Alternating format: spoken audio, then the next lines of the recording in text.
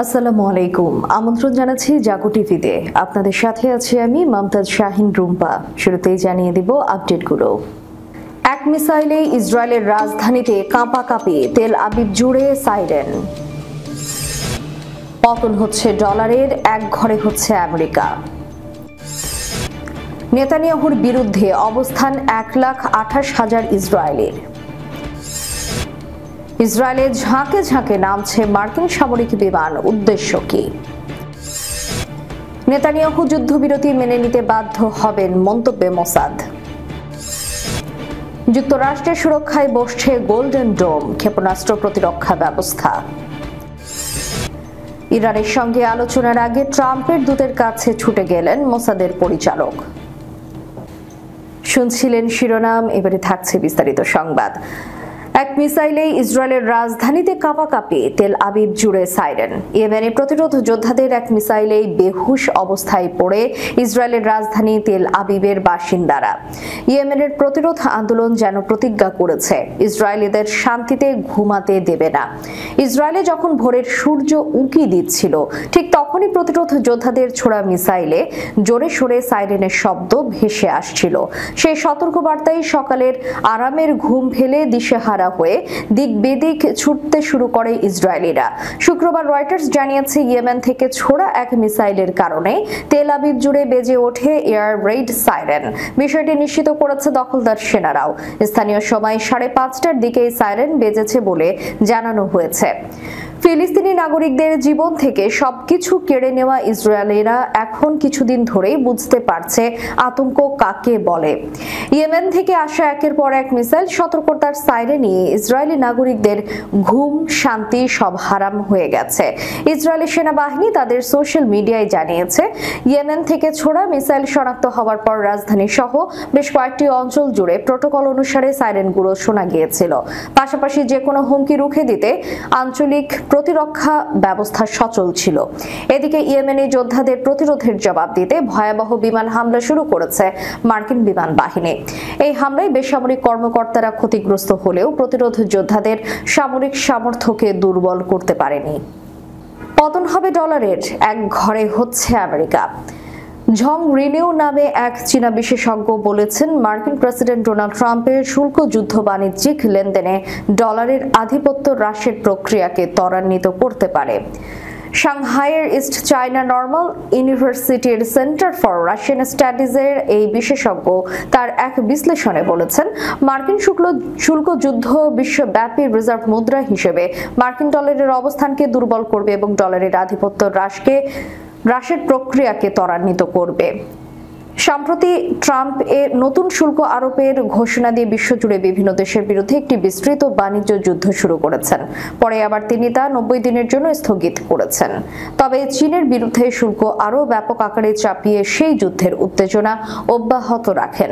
Junior মতে, শুল্ক যুদ্ধ জোরদার হওয়ায় প্রেক্ষাপটে মার্কিন ডলারের আধিপত্য নিয়ে উদ্বিগ্ন দেশগুলোর জন্য ঐক্য জোরদারের সুযোগ তৈরি হয়েছে। এসব দেশ ডলারের আধিপত্য কমাতে কার্যকরী পদক্ষেপ নিতে সক্ষম হবে। তিনি বলেন, বর্তমান পরিস্থিতিতে চীন, রাশিয়া এবং ব্রিক্স গ্রুপের অন্য দেশগুলোর মধ্যে ডলারকে বাদ দিয়ে লেনদেন করার সিদ্ধান্ত পুরোপুরি বাস্তবায়ন সহজতর হবে। চীনা বিশেষজ্ঞ জোর দিয়ে বলেন, ডলারকে বাণিজ্যিক লেনদেন থেকে ঝেঁটিয়ে ডলারকে বিদায় করার পরিকল্পনা বাস্তবায়নের এটাই উপযুক্ত সময়। এ প্রসঙ্গে ক্যালিফোর্নিয়া বিশ্ববিদ্যালয়ের অর্থনীতির অধ্যাপক ব্যারি আইকেন গ্রিনো এক নিবন্ধে বলেছেন, ডলারের বিশ্বব্যাপী আধিপত্যের অবসান প্রত্যাশার চেয়েও তাড়াতাড়ি ঘটে যেতে পারে। তার মতে, যুক্তরাষ্ট্র তার মিত্রদের পরিত্যাগ করেছে এমন বক্তব্য যদি প্রতিষ্ঠা লাভ করে, তাহলে ডলারের বৈশ্বিক অবস্থান অবশ্যই ক্ষতিগ্রস্ত হবে। এদিকে ইরানের অর্থনৈতিক বিশেষজ্ঞ আব্দুল মাজিদ শেখি ডলারের আধিপত্য হ্রাস সম্পর্কে বলেন, আন্তর্জাতিক অঙ্গনে যুক্তরাষ্ট্র তার আস্থা হারানোর সঙ্গে সঙ্গে ডলারের আধিপত্য হ্রাসের প্রক্রিয়া তীব্রতর হবে। তিনি জোর দিয়ে বলেন, ট্রাম্পের নীতির মাধ্যমে যুক্তরাষ্ট্র নিজের উপর নিজেই নিষেধাজ্ঞা আরোপ করে ফেলেছে। এর পরিণতি হলেও তাদের মুদ্রার আধিপত্য হ্রাস। এই নিয়ে ডয়েচে ব্যাংকের মুদ্রা গবেষণা বিভাগের প্রধান জর্জ সারাভ্লোস বলেছেন, এরই মধ্যে ক্ষতি হয়ে গেছে। বিশ্ববাজার এখন রিজার্ভ মুদ্রা হিসেবে ডলারের কাঠামোগত আকর্ষণ পুনর্মূল্যায়ন করছে এবং ডলারের আধিপত্য দ্রুতই কমে যেতে পারে।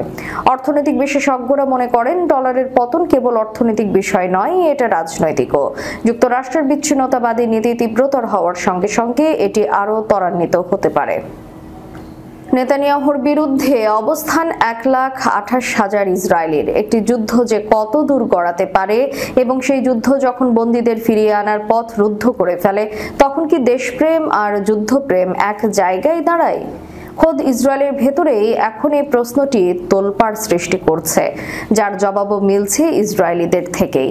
সম্প্রতি রিস্টার্ট ইসরায়েল নামক প্ল্যাটফর্মে চলমান একাধিক অনলাইন পিটিশনে ইতোমধ্যে সই করেছেন 1,28,000-এরও বেশি ইসরায়েলি নাগরিক। তাদের মূল দাবি, গাজায় বন্দী থাকা ইসরায়েলি নাগরিকদের ফিরিয়ে আনতে যদি যুদ্ধ থামাতে হয় তাও মেনে নেওয়া হবে। এমনকি তারা খোদ যুদ্ধবাজ প্রধানমন্ত্রী বেনিয়ামিন নেতানিয়াহু ও তার সরকারের বিরুদ্ধেও অবস্থান নিয়েছে। এসব অনলাইন পিটিশনে গত বৃহস্পতিবার পর্যন্ত স্বাক্ষরের সংখ্যা ছিল 1,20,000। শুক্রবার তা বেড়ে দাঁড়িয়েছে 1,28,114-তে। এছাড়া নতুন করে অন্তত 4টি পিটিশন যুক্ত হওয়ায় মোট পিটিশনের সংখ্যা এখন 47। পিটিশনের স্বাক্ষরকারীদের মধ্যে শুধু সাধারণ ইসরায়েলি নাগরিকই নন, রয়েছেন 11,000-এরও বেশি রিজার্ভ ও অবসরপ্রাপ্ত সেনা সদস্য। তারা অন্তত 20টি পিটিশনে স্বাক্ষর করেছেন, যা দেশটির সেনাবাহিনীর নানা ইউনিটকে প্রতিনিধিত্ব করে। অভ্যন্তরীণ এই চাপের মুখে প্রধানমন্ত্রী বেনিয়ামিন নেতানিয়াহু এক প্রকার বিদ্রোহ ঘোষণা করে উল্টো ওই সেনা সদস্যদেরই হুঁশিয়ার করেছেন বরখাস্ত করার হুমকি দিয়ে। এমনকি নেতানিয়াহু দাবি তুলেছেন, বাইরের অর্থে পরিচালিত গোষ্ঠীগুলো নাকি এই পিটিশন প্রচারে জড়িত, যার লক্ষ্য তার জোট সরকারকে উৎখাত করা। তবে যখন যুদ্ধ দীর্ঘায়িত হয় এবং যুদ্ধের মূল ব্যাখ্যায় প্রশ্নবিদ্ধ হয়ে পড়ে, তখন রাষ্ট্রের ভেতরে তৈরি হয় নতুন মনোভাব। বন্দীদের পরিবারগুলো এখন শুধু সরকার নয়, গোটা সমাজের কাছে প্রশ্ন রাখছে, আমার সন্তান বন্দী আছে আর আপনি বলছেন যুদ্ধ অব্যাহত রাখতে হবে। ইসরায়েলিদের এই পিটিশনগুলো যেন কেবল স্বাক্ষরই নয়, বরং ইসরায়েলি জনমানুষে ক্রমশ জন্ম নেওয়া এক নৈতিক দ্বন্দ্বের মিলন। যুদ্ধের ফলাফল কি, কে জয়ী, আর বাসিন্দারা কি কেবল আরেক দফা সংঘাতের সোপান হয়ে থাকবে? ইসরায়েলে ঝাঁকে ঝাঁকে নামছে মার্কিন বিমান। গত 24 ঘন্টায় দেশটিতে 9টি মার্কিন সামরিক পরিবহন বিমান অবতরণ করেছে।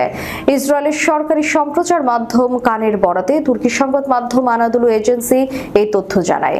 প্রতিবেদনে বলা হয়েছে, তেল আবিবের কাছে একটি ইসরায়েলি বিমান ঘাঁটিতে ওই বিমানগুলো অবতরণ করে। প্রতিটি বিমানে বাংকার বাস্টার বোমা দিয়ে বোঝাই ছিল। কান জানিয়েছে, মধ্যাঞ্চলীয় ইসরায়েলের তেল আবিবের কাছে নেভাতিম বিমান ঘাঁটির অবস্থান। সেখানেই বাংকার বাস্টার বোমা এবং অন্যান্য প্রতিরক্ষা অস্ত্রশস্ত্র নিয়ে 9টি মার্কিন পরিবহন বিমান অবতরণ করে।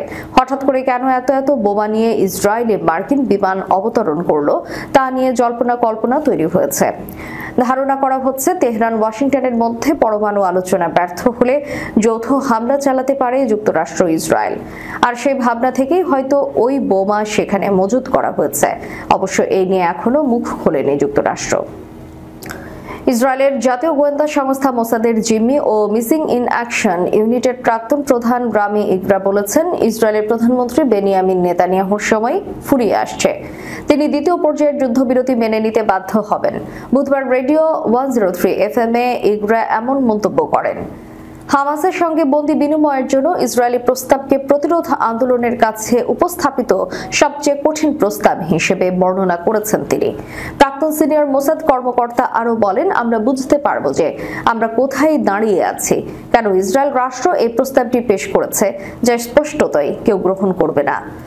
তারা এতে নিরস্ত্রীকরণের বিষয়টিও অন্তর্ভুক্ত করেছিল, যদিও এটি স্পষ্ট যে হামাস শুরু থেকেই তার টিকে থাকার জন্য কাজ করে আসছে এবং তারা এতে রাজি হবে না। যুদ্ধবিরতি ইস্যুতে ইসরায়েলের প্রস্তাব নিয়ে মোসাদ কর্মকর্তা আরও বলেন, নেতানিয়াহু জানে যে সময় ফুরিয়ে আসছে, এটা বন্দী সৈন্যদের জন্য নয়, বরং তার জন্য। নেতানিয়াহুকে যেই সংবাদ সম্মেলনে আমন্ত্রণ জানানো হয়েছিল, ট্রাম্প স্পষ্টভাবে সেখানে বলেছিলেন যে যুদ্ধ শেষ হতে হবে এবং এটি দ্রুত শেষ হবে। ইগরা আরও উল্লেখ করেছেন যে এটা বিবেচনা করা গুরুত্বপূর্ণ যে ট্রাম্প শীঘ্রই সৌদি আরব সফর করবেন, যারা কিনা মার্কিন যুক্তরাষ্ট্রে $1.3 ট্রিলিয়ন বিনিয়োগের প্রস্তাব করছে এবং ইসরায়েলের সঙ্গে সম্পর্ক স্বাভাবিক করার জন্য একটি ফিলিস্তিনি রাষ্ট্র প্রতিষ্ঠার সমাধান দাবি করছে। ইগরা আরও বলেন, এই সমস্ত পরিস্থিতি বিবেচনা করে নেতানিয়াহুর কাছে এটা স্পষ্ট যে তারা যেমন তাকে প্রথম পর্যায়ে বাস্তবায়ন করতে বাধ্য করেছিল, তেমনি তারা তাকে দ্বিতীয় পর্যায়ে বাস্তবায়ন করতে বাধ্য করবে, যার মধ্যে মিশরীয় সমাধান অন্তর্ভুক্ত থাকবে, যার মধ্যে গাজায় একটি প্রশাসনিক কমিটির শাসন থাকবে। তিনি যুদ্ধে ইসরায়েলের অবস্থান পরিষ্কার করে বলেন, আমরা যুদ্ধে হেরে গেছি এবং আমাদের আর কোনো বিকল্প নেই।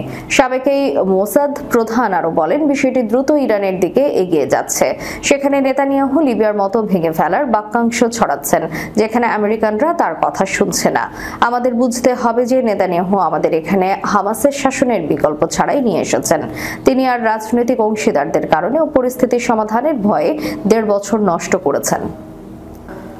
যুক্তরাষ্ট্রের সুরক্ষায় গোল্ডেন ডোম নামে ক্ষেপণাস্ত্র প্রতিরক্ষা ব্যবস্থা বসানোর পরিকল্পনা হাতে নিয়েছেন দেশটির প্রেসিডেন্ট ডোনাল্ড ট্রাম্প।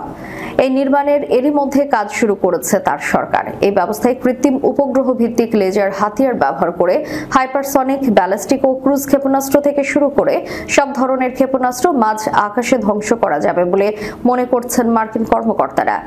দ্বিতীয় মেয়াদে ক্ষমতায় বসার পরে এই ক্ষেপণাস্ত্র প্রতিরক্ষা ঢাল তৈরির জন্য নির্বাহী আদেশ জারি করেন ট্রাম্প। এরই মধ্যে এটি তৈরির প্রক্রিয়া শুরু হয়ে গেছে। বিভিন্ন বেসরকারি প্রতিষ্ঠান কাজটি পেতে চাইছে। গোল্ডেন ডোম নির্মাণের একটি গুরুত্বপূর্ণ অংশ তৈরির কাজ পাওয়ার ক্ষেত্রে এগিয়ে রয়েছে মার্কিন প্রযুক্তি উদ্যোক্তা ও শীর্ষ ধনকুবের ইলন মাস্কের প্রতিষ্ঠান স্পেস এক্স এবং আরও 2টি প্রতিষ্ঠান। প্রতিবেদন মতে স্পেস এক্স ছাড়া বাকি 2টি প্রতিষ্ঠান হলো সফটওয়্যার নির্মাতা প্রতিষ্ঠান পালান্তির এবং ড্রোন নির্মাতা প্রতিষ্ঠান অ্যান্ড্রু রেল। প্রতিষ্ঠান 3টির উদ্যোক্তারা ট্রাম্পের বড় রাজনৈতিক সমর্থক। এর মধ্যে ইলন মাস্ক গত প্রেসিডেন্ট নির্বাচনে ট্রাম্পকে বিপুল পরিমাণ অর্থ সহায়তা দিয়েছে। তিনি বর্তমানে ট্রাম্পের বিশেষ উপদেষ্টা হিসেবে সরকারের দক্ষতা উন্নয়ন বিষয়ক বিভাগের প্রধানের দায়িত্ব পালন করছেন। মার্কিন প্রতিরক্ষা দপ্তর পেন্টাগন স্পেস এক্সের গোল্ডেন ডোমের কাজ পাওয়ার ক্ষেত্রে ইতিবাচক ইঙ্গিত দিয়েছে। রয়টার্সের মতে গোল্ডেন ডোম নির্মাণের সিদ্ধান্ত গ্রহণের প্রক্রিয়া এখনো শুরুর দিকে রয়েছে। প্রতিরক্ষা ব্যবস্থাটির কাঠামো শেষ পর্যন্ত কেমন হবে এবং এটি তৈরির কাজে কাকে নির্বাচন করা হবে, এসব বিষয়ে আগামী মাসগুলোতে নাটকীয় পরিবর্তন আসতে পারে। রয়টার্সের প্রতিবেদনে বলা হয়েছে, স্পেস এক্স সহ 3টি প্রতিষ্ঠানের প্রতিনিধিরা গত কয়েক সপ্তাহে ট্রাম্প প্রশাসন ও পেন্টাগনের শীর্ষ কর্মকর্তাদের সঙ্গে সাক্ষাৎ করেছেন। গোল্ডেন ডোম প্রতিরক্ষা ব্যবস্থায় শত্রুপক্ষের ক্ষেপণাস্ত্র ও সেগুলোর গতিবিধি শনাক্ত করার জন্য 400 থেকে 1000-এর বেশি স্যাটেলাইট তৈরি করে পৃথিবীর কক্ষপথে পাঠানো হতে পারে। রাশিয়া ইউক্রেন নিয়ে বৈঠকের জন্য ফ্রান্সে থাকা মার্কিন প্রেসিডেন্টের বিশেষ দূত স্টিভ উইটকফের সঙ্গে দেখা করতে প্যারিসে ছুটে গেলেন ইসরায়েলি এক মন্ত্রী ও গোয়েন্দা সংস্থা মোসাদের প্রধান। সেখানে গিয়ে তারা ট্রাম্পের দূতাবাসের সঙ্গে নীরব বৈঠকে ইরানের সঙ্গে আলোচনায় যুক্তরাষ্ট্রের অবস্থানকে প্রভাবিত করার চেষ্টা করেছে। শনিবার রোমে পরমাণু ইস্যু নিয়ে ইরান মার্কিন দ্বিতীয় দফার আলোচনা হবে। বৈঠকের সঙ্গে পরিচিত 3টি ইসরায়েলি সূত্র এক্সিওসকে জানিয়েছে, বৈঠকের আগে যুক্তরাষ্ট্রের অবস্থানকে প্রভাবিত করার চেষ্টার জন্য ইসরায়েলের কৌশলগত বিষয়ক মন্ত্রী রন ডারমার এবং গোয়েন্দা সংস্থা মোসাদের পরিচালক ডেভিড বার্নিয়া প্যারিসে গিয়ে উইটকফের সঙ্গে অল্প সময়ের এই বৈঠক করেন। অ্যাক্সিওসের প্রতিবেদন অনুযায়ী ইসরায়েলি প্রধানমন্ত্রী বেনিয়ামিন নেতানিয়াহু উদ্বেগ প্রকাশ করেছেন, আমেরিকা ইরানের সঙ্গে এমন একটি চুক্তিতে পৌঁছাবে যা 2015 সালে ওবামা প্রশাসনের সই করা চুক্তির মতো হবে, যে চুক্তি থেকে ট্রাম্প নিজেই এর আগে সরে গিয়েছিলেন। ইসরায়েলি প্রধানমন্ত্রীর কার্যালয় এবং উইটকফের একজন মুখপাত্র এ বিষয়ে মন্তব্য করতে অস্বীকৃতি জানায়। এদিকে রাশিয়া ইউক্রেন নিয়ে প্যারিসের বৈঠকগুলোতে উইটকফ জোর দিয়ে বলেছেন, ইরানের ব্যাপারে ট্রাম্প প্রশাসনের লক্ষ্য হলো কূটনৈতিক উপায়ে পারমাণবিক সংকট সমাধান করা এবং নিশ্চিত করা যে ইরান আর ইউরেনিয়াম সমৃদ্ধ করবে না। শেষ করার পূর্বে সংবাদ শিরোনামগুলো জানিয়ে দিব আরও একবার। এক মিসাইলে ইসরায়েলের রাজধানীতে কাঁপাকাঁপি, তেল আবিব জুড়ে সাইরেন। পতন হচ্ছে ডলারের, এক ঘরে হচ্ছে আমেরিকা। নেতানিয়াহুর বিরুদ্ধে অবস্থান 1,28,000 ইসরায়েলের। ইসরায়েলে ঝাঁকে ঝাঁকে নামছে মার্কিন সামরিক বিমান, উদ্দেশ্য কি? নেতানিয়াহু যুদ্ধবিরতি মেনে নিতে বাধ্য হবেন, মন্তব্যে মোসাদ। যুক্তরাষ্ট্রের সুরক্ষায় বসছে গোল্ডেন ডোম, ক্ষেপণাস্ত্র প্রতিরক্ষা ব্যবস্থা। ইরানের সঙ্গে আলোচনার আগে ট্রাম্পের দূতের কাছে ছুটে গেলেন মোসাদের পরিচালক। এতক্ষণ আমাদের সাথে থাকার জন্য ধন্যবাদ। আল্লাহ হাফেজ।